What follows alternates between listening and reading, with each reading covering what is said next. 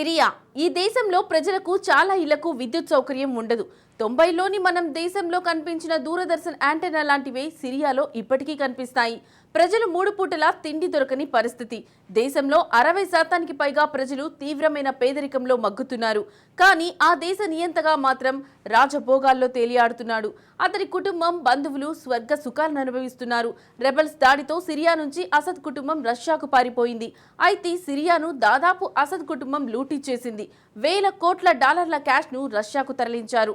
అసద్ కుటుంబం మొత్తం సంపద ఎంత? క్యాష్ రూపంలో అసద్ రష్యాకు ఎంత తరలించాడు? సిరియా ప్రజలకు మిగిలింది ఏమిటి? Watch the story. అసద్ ఎందుకు పారిపోయాడో తెలిసిందా? సిరియన్ నియంత కోట్ల డాలర్లను వెంటేసుకెళ్లాడా? 200 టన్నుల బంగారాన్ని అసద్ ఏం చేశాడు? దశాబ్దాల నిరంకుశ పాలన నుంచి సిరియా విముక్తి పొంది వారం రోజులు గడుస్తోంది.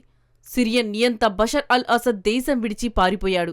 డమాస్కస్ ను ఆక్రమించుకున్న రెబల్స్ వారం రోజుల సంబరాలను జరుపుకుంటున్నారు. దశాబ్దాల తరువాత సిరియన్లు తమ గొంతును విప్పి తమ భావాలను ప్రకటిస్తున్నారు. గతంలో ఎన్నడూ చేయలేని పనులను ఇప్పుడు ఆ దేశ ప్రజలు చేస్తున్నారు. అసద్ ఫ్యామిలీపై జోకులు పేలుస్తున్నారు. 2000 సంవత్సరంలో అధికారంలోకి వచ్చిన బషర్ తన పాలనను అత్యంత క్రూరంగా సాగించాడు. అతడు ప్రజల ఆలోచన విధానాన్ని కూడా నియంత్రించాడు. అతడిని విమర్శించిన వారిని జైళ్లలో పెట్టాడు. కొందరికి మరణ శిక్షలను విధించాడు. ఎప్పుడైతే అసద్ పారిపోయాడో అప్పటినుంచి అతడిని చూసి సిరియన్లు నవ్వుతున్నారు. ప్రత్యేకించి అసద్ ఫ్యామిలీ, ఫ్రెండ్స్కి సంబంధించిన కొన్ని ఫోటోలు చూసిన తర్వాత అసద్పై జోకులేసి మరీ విరగబడి నవ్వుతున్నారు. అసద్ స్నానపు సూట్లో ఉన్నవి, అతడు అండర్వేర్తో స్కూటర్ నడిపే చిత్రాలను అందులో ఉన్నాయి. అసద్ తండ్రి హఫీజ్ అల్ అసద్ కురుచ దుస్తుల్లో ఉన్న చిత్రాలను సిరియన్లు చూపుతున్నారు. హఫీజ్ అల్ అసద్ బాడీ బిల్డర్గా పోజిస్తూ తీసిన ఫోటో అందులో ఉంది. వాస్తవానికి ఈ ఫోటోలను చూస్తే సాధారణ కుటుంబాలకు పెద్దగా ఆశ్చర్యాన్ని కలిగించవు. కానీ బలవంతుడిగా, క్రూరుడిగా ఉన్న అసద్ను ఇలాంటి చిత్రాల్లో చూడడం ఆశ్చర్యాన్ని కలిగిస్తోంది. సిరియాలో అత్యంత భయంతో కూడిన కుటుంబం ఇలాంటి ఫోటోల్లో ఉండడం చూసి నవ్వుకుంటున్నారు. ఈ చిత్రాలతో సిరియన్లకు ఓ విషయం స్పష్టంగా తెలిసింది. తమ నియంతా కూడా తమలాగే మనిషేనన్న విషయం అర్థమైంది. సిరియన్లు అధ్యక్ష భవనంలోకి ఇప్పుడు వెళ్లి వస్తున్నారు. అసద్ కుటుంబం తమను ఎలా దోచుకున్నారో గుర్తిస్తున్నారు. అసద్ హాలిడే ఇంటిని తీసుకుందాం. ఈ ఇల్లు తీర ప్రాంత పట్టణం లటాకియాలో ఉంటుంది. దాన్ని చూసిన తరువాత అక్కడి ప్రజలు ముక్కును వేలేసుకుంటున్నారు. తమ కళ్లతో ఈ ఇంటిని చూసి నమ్మలేకపోతున్నామని సిరియన్లు చెబుతున్నారు. ఇలాంటి విడిది ఇల్లును తమ జీవితంలో చూడలేదన్నారు. సిరియాలో వీధులను చూసిన తరువాత ఈ భవనాన్ని చూస్తే స్వర్గంలోని భవనమేమో అన్నట్టు ఉందని చెబుతున్నారు. ఇలాంటి భవనంలో అసద్ ఉంటున్నాడని తాము విన్నామంటున్నారు. కానీ నిజంగా అలాంటివి ఉన్నాయని ఇప్పుడే తెలిసిందంటున్నారు. తమ ఇళ్లలో కనీసం కరెంటు కూడా ఉండదని ఆవేదన వ్యక్తం చేస్తున్నారు. సో సిరియాలోని ప్రజలు పేదరికంలో మగ్గుతుంటే అసద్ మాత్రం రాజభోగాలను అనుభవించాడు. దశాబ్దాల పాలనలో అసద్ కుటుంబం సంపన్నంగా మారింది. ఎక్కువగా వారి డ్రగ్స్ వ్యాపారం నుంచే ఆదాయం వచ్చింది. ఇప్పుడు సిరియాలో పెద్ద ఎత్తున డ్రగ్స్ తయారు చేసే ల్యాబ్లను రెబల్స్ గుర్తిస్తున్నారు. ఈ ల్యాబ్లన్నీ బయటకు చట్టబద్ధమైన వ్యాపారాలుగా చెలామణి అవుతున్న చోటే ఉండడం విశేషం. అసద్ కుటుంబంలోని వారే ఈ డ్రగ్స్ వ్యవహారాలను చూసేవారు. ఈ డ్రగ్స్ ల్యాబ్లను చూసి తాము షాక్ అవుతున్నామని రెబల్స్ చెబుతున్నారు. ఇలాంటి డ్రగ్స్ తయారీ ల్యాబ్లను తాము ఊహించలేదంటున్నారు. అంతేకాదు అసద్ కార్ల షోరూం లోపల కూడా కాప్టాగాన్ ల్యాబ్ ఉందని తెలిపారు. ఎక్కడ చూసినా అసద్ భారీగా ఆదాయం పొందినట్టు డాక్యుమెంట్లు చెబుతున్నాయని రెబల్స్ వివరిస్తున్నారు. సింపుల్ గా చెప్పాలంటే సిరియాను ఇన్నాళ్లు ఓ క్రిమినల్ సిండికేట్ నడిపినట్టు స్పష్టంగా తెలుస్తోంది. లీగల్, ఇల్లీగల్ పనుల్లో ఎక్కడ చూసినా అసద్ కుటుంబం జోక్యం చేసుకున్నట్టు కనిపిస్తోంది. మొబైల్ ఫోన్ నెట్వర్క్ అసద్ బంధువుల నియంత్రణలోనే ఉంది. రియల్ ఎస్టేట్ కంపెనీలను కూడా వారే నిర్వహించారు. మల్టీనేషనల్ కంపెనీలు అసద్ బంధువుల చేతుల్లోనే ఉన్నాయి. అసద్ కుటుంబం రష్యాలోనూ రియల్ ఎస్టేట్ ని ప్రారంభించింది. మాస్కోలో అసద్ కుటుంబానికి సుమారు 20కి పైగా లగ్జరీ అపార్ట్మెంట్లు ఉన్నాయి. అసద్ కుటుంబం సంపద గురించి నిర్ధారించడం కష్టమే. కానీ తాజా నివేదికల ప్రకారం అసద్ కుటుంబం సంపద 12,000 కోట్ల డాలర్లకు పైగా ఉంది.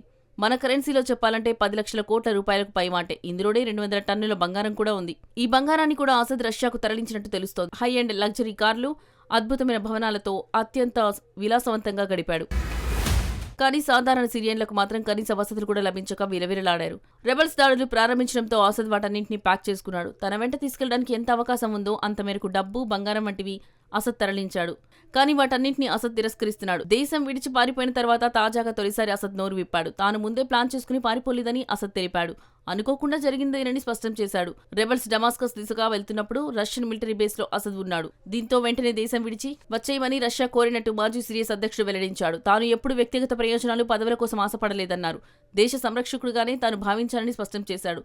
సిరియన్ ప్రజల విశ్వాసాలకు మద్దతుగా నిలిచానని చెప్పుకొచ్చాడు. అయితే మాస్కోలోని 20 లగ్జరీ భవనాల మాటేమిటి? అతడి అద్భుతమైన భవనాలు, హాలిడే ఇళ్ల సంగతేంటి? 200 టన్నుల బంగారం ఏమైంది? వాటన్నింటినీ దేశ సంరక్షణ కోసం నిర్మించి కొనుగోలు చేశారా? నిజం చెప్పాలంటే సిరియా సంపదను అసద్ కుటుంబం దోచుకుంది. ఆ సంపద అంతా అసద్ జేబులోకి వెళ్లిపోయింది. లేదంటే అతని మిత్రులు రష్యా లాంటి దేశాలకు సిరియా సంపదను దోచిపెట్టాడు. సిరియాలో అసద్ పాలనకు మాస్కో గట్టి మద్దతుని ఇచ్చింది. అసద్కు అండగా నిలిచేందుకు రష్యా అధ్యక్షుడు వ్లాదిమిర్ పుతిన్ యుద్ధ విమానాలను సిరియాలో దించాడు. కొన్నేళ్లుగా సిరియన్ రెబల్స్ పై రష్యా సైన్యం ఉక్కుపాదం మోపింది. అంతేకాదు అసద్పై పశ్చిమ దేశాల ఆంక్షలు పడకుండా రష్యా సాయం చేసింది. అంతర్జాతీయ వాణిజ్యం నుంచి సిరియాను పశ్చిమ దేశాలు నిషేధించాయి. పశ్చిమ దేశాల ఆంక్షలను అడ్డుకునేందుకు మాస్కోను అసద్ ఉపయోగించుకున్నాడు. తాజా నివేదికల ప్రకారం $25 కోట్ల రష్యాకు అసద్ తరలించాడు. అది కూడా 2018 నుంచి 2019 మధ్య కాలంలో మాత్రమే. ఈ నిధులను క్యాష్ రూపంలో అసద్ తరలించాడు. ఇందులో ఎక్కువగా $100 నోట్లు, €50 నోట్లు ఉన్నట్టు తెలుస్తోంది. ఎందుకు నోట్లను తరలించాడు అంటే అసద్పై పశ్చిమ దేశాల బ్యాంకింగ్ నెట్వర్క్ స్విఫ్ట్లో నిషేధం విధించారు. అందుకే నగదును అసద్ రష్యాకు తరలించాడు. ఈ నిధులను అతని రక్షణకు గోధుమలు కొనడానికి వంటి వాటికి ఉపయోగించినట్టు తెలుస్తోంది. ఇది కేవలం అధికారిక లెక్కలు మాత్రమే. ఎవరైతే ఈ డబ్బును రష్యాకు తరలించారో వారంతా అసద్ సన్నిహితులే కావడం విశేషం.